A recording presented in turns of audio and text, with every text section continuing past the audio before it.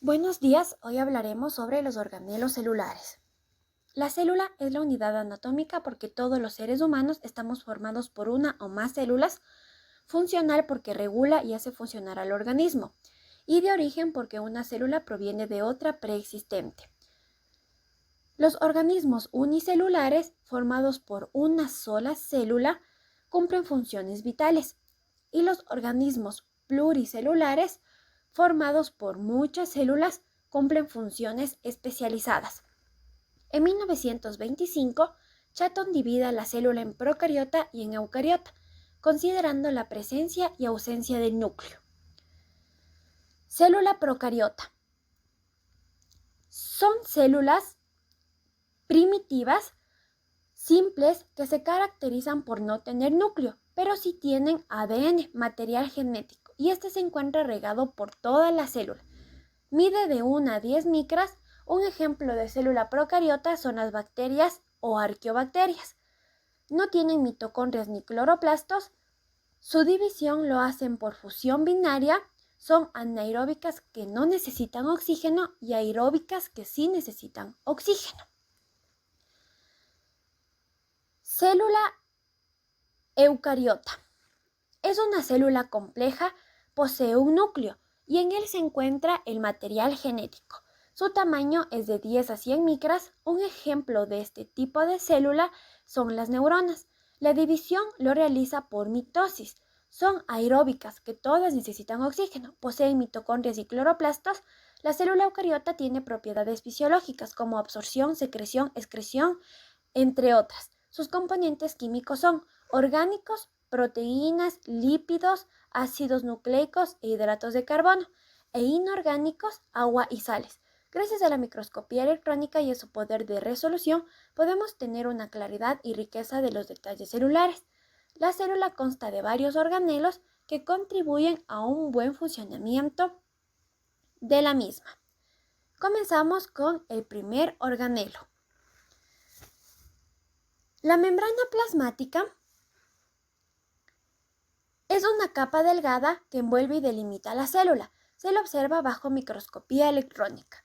Tiene permeabilidad, permite el ingreso y salida de sustancias. El modelo aceptado actualmente es el de mosaico de fluido.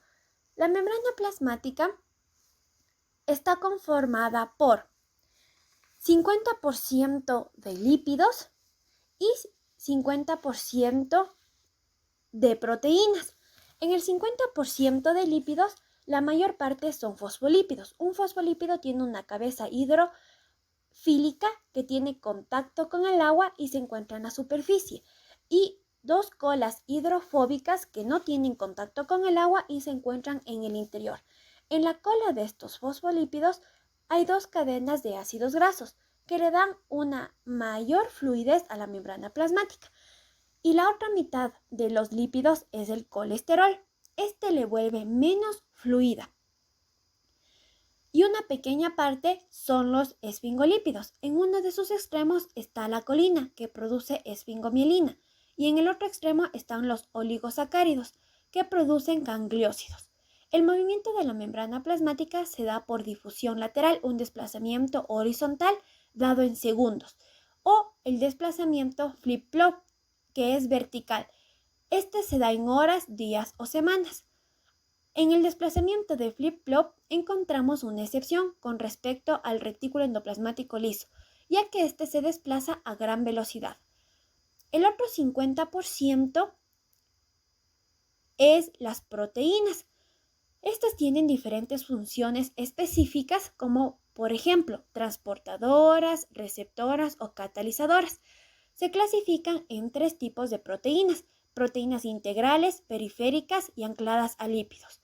Otra de las funciones de la membrana plasmática es controlar el intercambio de sustancias, ya sea del medio interno al externo o viceversa. Aquí encontramos el proceso de transporte activo, transporte pasivo, así como también endocitosis, ingreso de sustancias, y exocitosis, salida de sustancias. Con el microscopio óptico se pudo visualizar los primeros organelos, que fue la mitocondria, retículo endoplasmático rugoso y aparato de Golgi. Con el microscopio electrónico ya se pudo visualizar a todos los demás organelos que tenían una estructura hueca. Los organelos se dividen en organelos membranosos y organelos no membranosos. En los organelos membranosos está el núcleo, retículo endoplasmático liso, retículo endoplasmático rugoso, mitocondrias, aparato de Golgi, lisosomas, vacuolas y peroxisomas. Y los organelos no membranosos, el citoesqueleto, ribosomas y centriolos. A continuación, el citoplasma. El citoplasma es el espacio donde se albergan todos los organelos. Está limitado por la membrana plasmática y por el núcleo. En el citoplasma existe la presencia de inclusiones, que son pigmentos y sustancias nutritivas. Estas, junto con los organelos, ocupan alrededor de la mitad del volumen de la célula. Las funciones del citoplasma, aparte de albergar a los organelos, aquí se da la mayor parte de los procesos metabólicos, estos dirigidos por el núcleo. El citoplasma tiene una región endoplasmática, que es la parte de adentro, con característica de sol, porque es un poco más fluida, y la parte de afuera, ectoplásmica, que tiene característica de gel. En esta zona sufre degradaciones locales en las células móviles, ya que éstas se desplazan a través de pseudopos, falsos pies. En el citoplasma hay una región del citosol. Este es el líquido de la célula. Se encuentra dentro y aquí están disueltos iones y macromoléculas. Ahora hablaremos sobre el centrosoma. El centrosoma es la parte pequeña y central con característica de gel.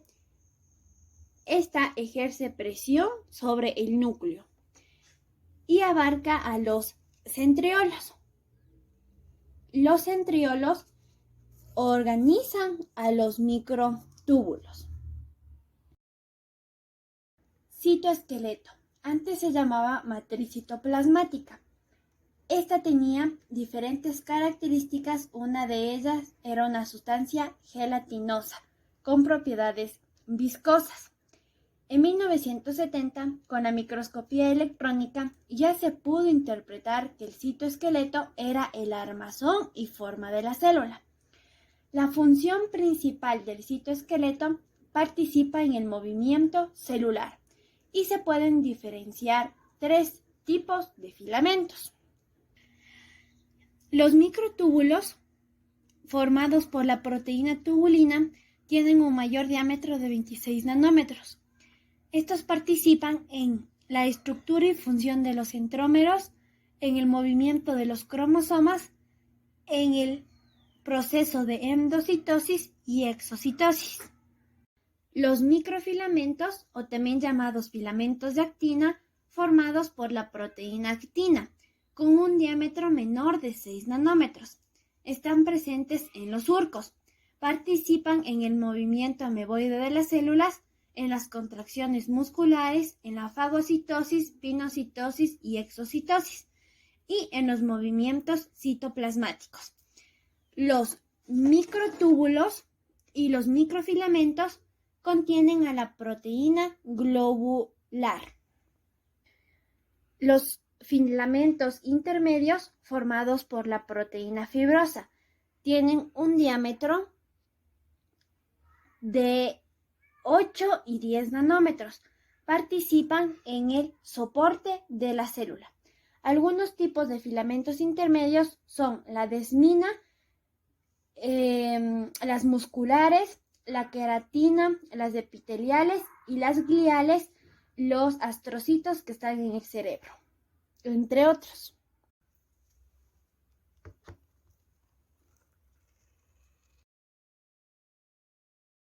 Camillo Golgi en 1898 descubrió el aparato de Golgi, pero lo denominó aparato reticular interno. Para 1914, Ramón y Cajal lo denominaron aparato de Golgi en honor a su descubridor. El aparato de Golgi es un organelo membranoso sacular que contiene de 3 a 10 cisternas. Estas se encuentran dilatadas para formar curvaturas. La función del aparato de Golgi interviene en el tráfico, procesamiento y empaquetamiento de los productos de secreción. Está formado por una cara cis. Esta es cóncava y está cerca al retículo endoplasmático. Una cara trans es un poco más cóncava y está cerca a la membrana plasmática. Y una región medial formada por cisternas y está entre la cara cis y la cara trans. Encontramos a la red cis-Golgi y a la red trans-Golgi. Estas están al final de cada cara. Ahora veamos el proceso. Las proteínas recién fabricadas en el retículo endoplasmático se van a incorporar en pequeñas vesículas de transporte y estas vesículas se van a unir con la cara cis-Golgi para formar nuevas cisternas y dar lugar a la red cis-Golgi. Una vez que las proteínas están en la cara cis, van a pasar por cada una de las cisternas sin saltarse ninguna hasta llegar a la cara trans. Al momento que están pasando por cada una de las cisternas, en uno de los compartimientos van a haber unas enzimas que modificarán químicamente a las proteínas recién sintetizadas. Las proteínas ya procesadas llegan a la cara trans y son trasladadas a la red trans-Golgi. Aquí serán empaquetadas en diferentes tipos de vesículas para tener diferentes destinos. Pueden irse a la membrana plasmática, pueden irse a los lisosomas o pueden formar secreciones reguladas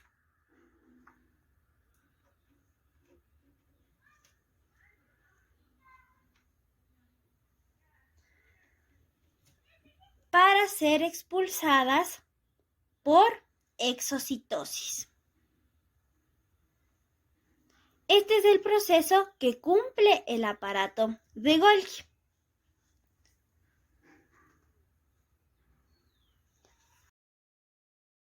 En 1949, Christian de Dure descubre a los lisosomas con un contenido de enzimas hidrolíticas.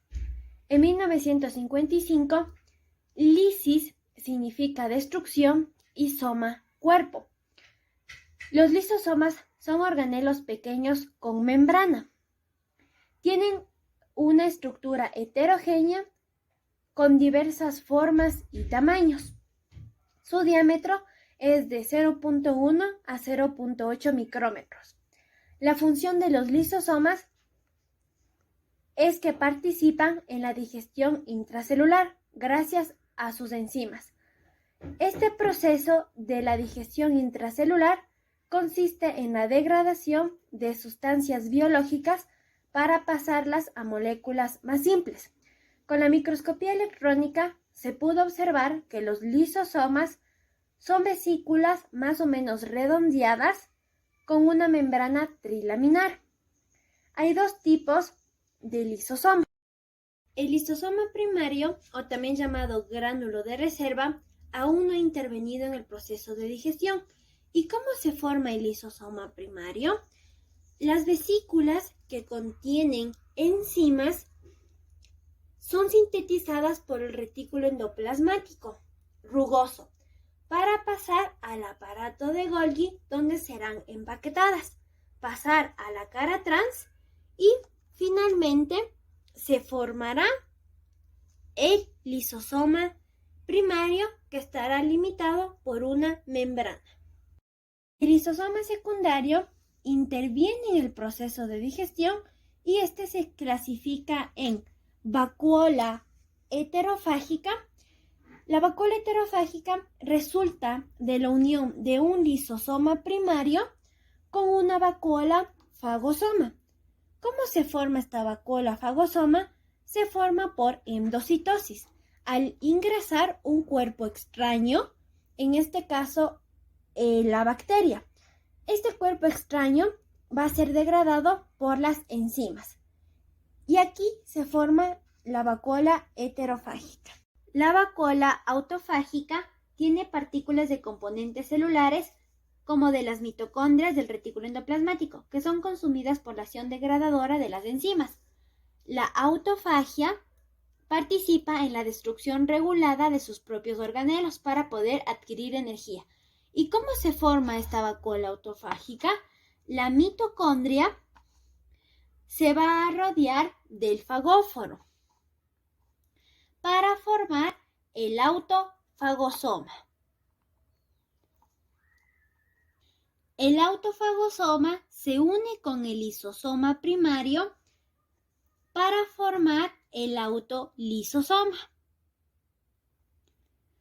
Lo que está dentro del autolisosoma, la membrana y las mitocondrias serán degradadas y pasan a ser cuerpo residual.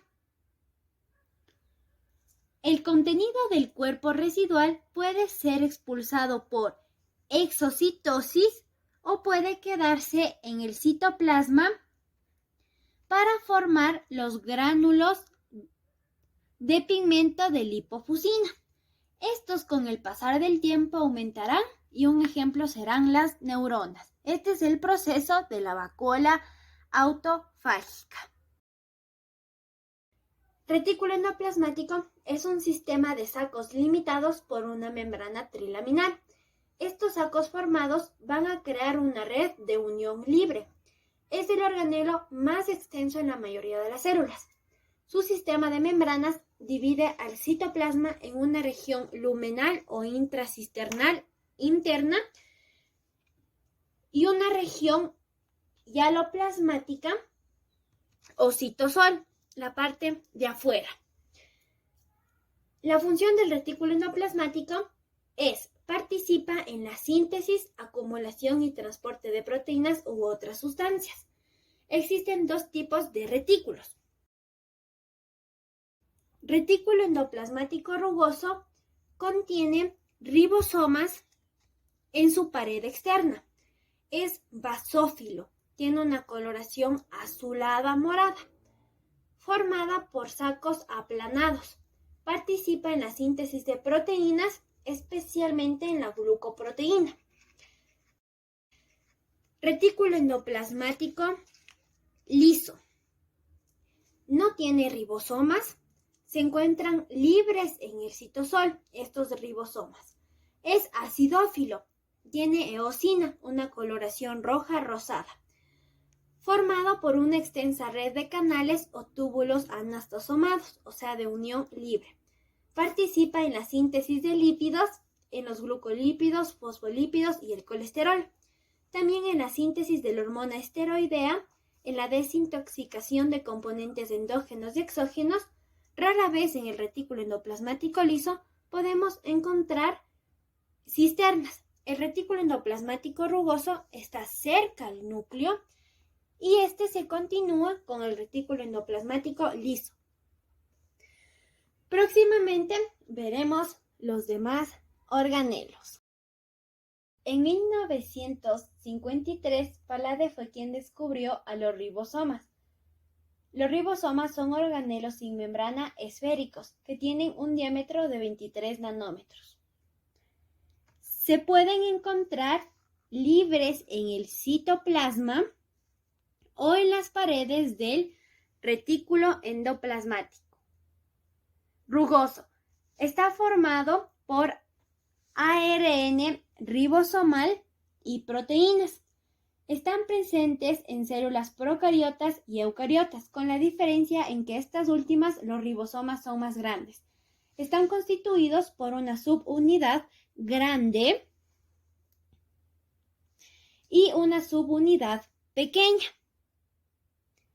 Estas subunidades van a variar de acuerdo al tamaño. La función del ribosoma es la síntesis de proteínas. Los que se encargan de la síntesis de proteínas son el ARN mensajero, el ARN ribosomal y el ARN de transferencia.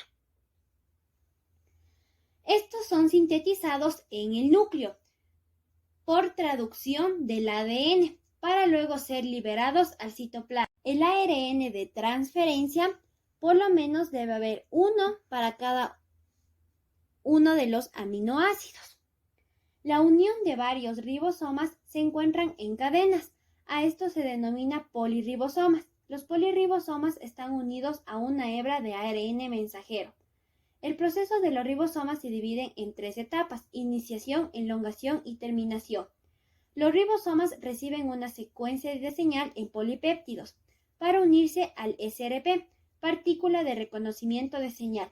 Luego entra en contacto con el receptor SRP. El receptor SRP contiene una hendidura, lo que le permite encajar perfectamente para la debida traducción. Posteriormente, el SRP se elimina y la secuencia de señal en polipéptidos pasa por translocación, que tiene un enchufe, el cual se rompe para después liberar la proteína plegamiento. Esta proteína plegamiento fue formada con la ayuda de las chaperonas. El proceso finaliza cuando estas proteínas pasan por la luz del retículo endoplasmático. Las chaperonas son proteínas que permiten a otras proteínas plegarse. En 1954, Rodin fue quien descubre a los peroxisomas en los tejidos de las ratas. Para 1965, de Dube encontró también a estos organelos en el hígado. Los peroxisomas, llamados también microcuerpos, son orgánulos citoplasmáticos redondos que tienen membrana. Su diámetro es de 0.5 micrómetros. Fueron observados por primera vez bajo microscopía electrónica. Se forman por crecimiento y división. El aspecto de este organelo varía según el tipo de célula. Los peroxisomas contienen a la enzima como la catalasa, la oxidasa y ciertos aminoácidos. Estos intervienen en procesos donde se forma el peróxido de hidrógeno. Pueden obtenerse por centrifugación. Centrifugación es separar dos sustancias donde la más pesada se va al fondo con gradiente. Las funciones de los peroxisomas es la degradación de lípidos, desintoxicar sustancias tóxicas, esto se encarga el riñón y el hígado. La enzima oxidasa se encarga de transferir los átomos de hidrógeno al oxígeno molecular para formar el peróxido de hidrógeno. La enzima catalasa se encarga de destruir el peróxido de hidrógeno en agua y oxígeno u otros elementos, y también oxidan los ácidos grasos en las mitocondrias. El proceso de los peroxisomas es el siguiente. Las proteínas de los peroxisomas se sintetizan en los ribosomas libres del citosol, los cuales contienen una señal C-terminal. Esta señal es reconocida por un receptor, lo que conduce a la incorporación de proteína por el peroxisoma. En 1850, Kolliker fue quien identificó por primera vez a las mitocondrias al separar los tejidos estriados de los insectos. Para 1894, Altman los denominó bioblastos. Bendale ya lo llamó mitocondria. Para 1950, gracias a la microscopía electrónica, se pudo observar a mayor detalle su estructura interna. Las mitocondrias son organelos pequeños con membrana, de forma cilíndrica con un diámetro de 0.5 a 1 micrómetro y una longitud de 7 a 10 micrómetros. Se forman por división o crecimiento de las mitocondrias ya presentes. Se puede diferenciar dos tipos de membrana. Estas dos membranas son trilaminar y lipoproteicas. La membrana interna es impermeable y replegada, formando así las crestas. Aquí también se forma la matriz, donde se encuentran sus ribosomas y enzimas. También podemos encontrar a las partículas elementales F1. La membrana externa es lisa y permeable. Existe un espacio entre estas dos membranas llamado espacio intermembrana, que mide de 10 a 20 nanómetros. Las crestas que posee este organelo dependen de los requerimientos de las células. Las crestas son mayores en células con mayor requerimiento energético, como por ejemplo las fibras musculares cardíacas. Las crestas son menores en células con una actividad metabólica baja, por ejemplo en los macrófagos y nulo en los glóbulos rojos. La mitocondria presenta ADN mitocondrial. Este representa el 0.1 a 1% de la cantidad total de ADN. Las funciones de la mitocondria es producir energía, la síntesis de ácidos grasos y aminoácidos, la síntesis de hormonas esteroides. La función principal de la mitocondria es la de producir energía. Esto se da por la degradación de la glucosa. Primero, si esta glucosa se acaba, se usan los ácidos grasos. El transportador universal de energía es rico en ATP. El ATP, adenosín trifosfato, es un dador de energía, porque al ceder a otra molécula, uno de los grupos fosfatos se transforma en ADP, adenosín difosfato, pero este se puede volver a formar en ATP por acción de los sistemas productores de energía. Todo este proceso de la degradación de glucosa para poder producir energía para la célula se conoce como glucólisis, para formar ácido pirúvico que da lugar a la formación de una pequeña cantidad de ATP. El último organelo que hablaremos es el núcleo. El núcleo es el centro de información y reproducción de la célula. En este organelo está el material genético, el ADN. Esto en las células eucariotas. En las procariotas, el ADN se encuentra en el citoplasma. El núcleo también regula el metabolismo y crecimiento de la célula. Se encuentra delimitado por una doble membrana, la envoltura nuclear. Esta, a su vez, contiene a los poros. Los poros permiten el transporte de sustancias desde el interior del núcleo hacia el citoplasma. El material contenido en el núcleo se llama nucleoplasma. En el nucleoplasma podemos encontrar ADN y proteínas. Cuando el nucleoplasma se pone en reposo, forma una red de fibrillas llamada cromatina. Durante la división celular, los filamentos cambian de forma, se condensan y dan lugar a los cromosomas. Dentro del núcleo encontramos al nucleolo. El nucleolo tiene ARN y proteínas. Participa en la formación de las subunidades de los ribosomas y en la transcripción de ARN ribosomal. Los ribosomas y el ARN salen del núcleo al citoplasma. En cambio, las proteínas como las polimerasas e histonas se sintetizan en el citoplasma, pero se incorporan al núcleo. El ADN regula la reproducción celular al duplicar 2 copias exactas de su molécula que serán heredadas a las células hijas.